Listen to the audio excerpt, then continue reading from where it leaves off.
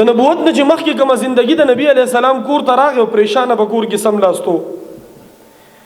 نبی علیه السلام سره چې سیده خدیجه واده کوو هغه د 40 سال و او نبی علیه السلام د 25 سالو. دا ډیره تجربه کاره ښځه وه او ډیره مالداره وه، تاجره وه.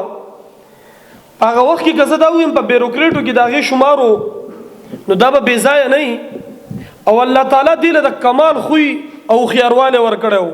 په ځینې ښځو کې الله تعالی داسې کمالات غورځولي د کلي مشري کوي، د هغو د کور نارینه داسې تېروتي او داسې تربیت یې وله کړی او د کور په معاملاتو پوهېږي. سیده خدیجه رضی الله تعالی عنها دا مشري چې ده د دې د هغې مال او د هغې تجربې نبي علیه السلام له خټه فایده ورکړې ده. نو عزتمندو نبی علیه السلام ته چې هغو وکتل چې نبی علیه السلام پریشان دی، نو نبی علیه السلام پریوتو، سیده خدیجه پسې لاړه، ورته وی ای زما محبوبه ولې پریشانئ؟ وی بهر دی کلي ته یوه قافله مې ولیده، بربنډه ده، خوراک او د څښاک انتظام یې نشته، د خوراک او د څښاک انتظام یې نشته. نو د دې وجې نه راغلی یم چې د هغو کاش چې ما د هغو څه مدد کولی شوې. حضرت خدیجه رضی الله تعالی عنها ورته وایي ای د الله رسوله لاړ شه د دې کلي مشران راغونډ کا.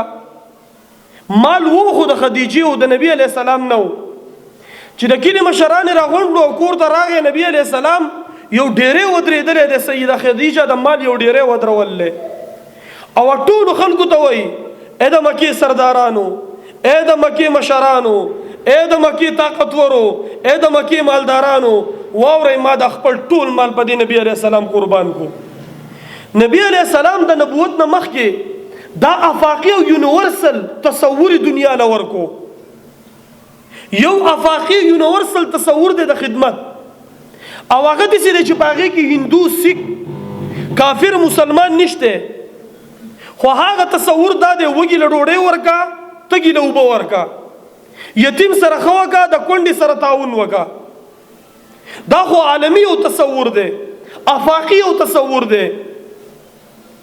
بیا د نبی علیه السلام د نبوت نه بعد زندگی ده، بیا د عمر بن خطاب زندگی ده چې تربیت نبی علیه السلام کړلی او د شپې په لارو کې ګرځي او د خلکو سره تعاون کوي.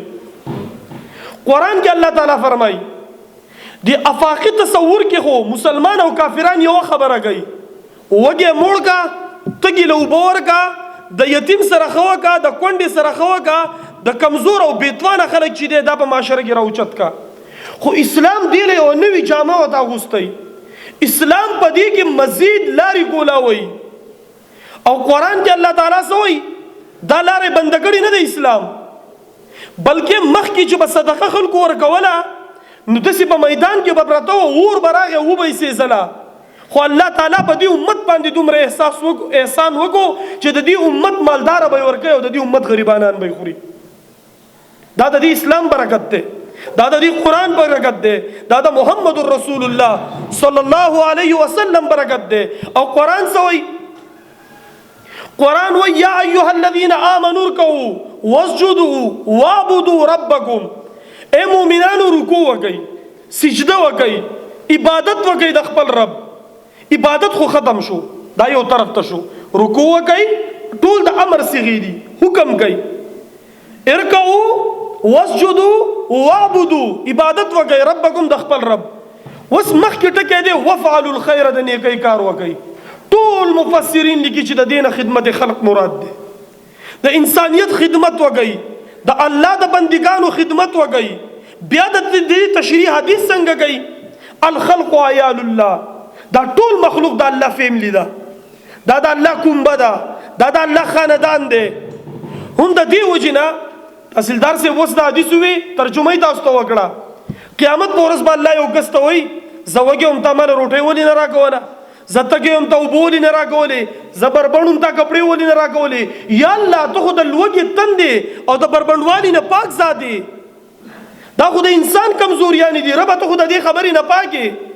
الله به ورته ووایي که تا دې وږي له ډوډۍ ورکړی وی تا به خپل رب بیا موندلی و، تا دې تږي له اوبه ورکړی وی تا به خپل رب ګټلی و، تا به خپل رب موندلی و، تا دا بربند په دې بدن باندې پټ کړی وې، تا به خپل رب بیا موندلی و. رب د بنده په دعا باندې، د بنده په پوره کېدو باندې دومره خوشحالیږي. د دې وجې نه حدیث شریف کې راځي خیر الناس، په خلکو کې د ټولو نه غوره انسان هغه دی من ینفع الناس، چې د الله بندګانو ته نفع ورسوي. په نبي علیه السلام پسې یوه ډمه راله. نبي علیه السلام ته وایي څه ښه راسره وکړه. نبي علیه السلام ورته وایي ته خو ډېره برابر وي، ایمان کې داخله شه، اسلام کې داخله شه. هغه ورته وایي اسلام خو نه قبلومه او واقعي چې ډېره برابر ومه او ډېره ښه ومه، خو اویا سردارانو د مکې قتل کړل په جنگ بدر کې، نو هغه حالات چې دي مې خراب شو دي.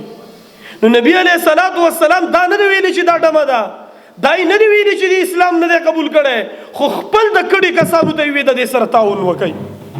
خپل د کړي کسان را پاسول وی د دې سره تعاون وکړئ. او نبی علیه السلام هر حکم لاول خپل کور والا ته ویل و انذر عشیرتک الاقربین، ته د خپل کور دا خلک ویروه.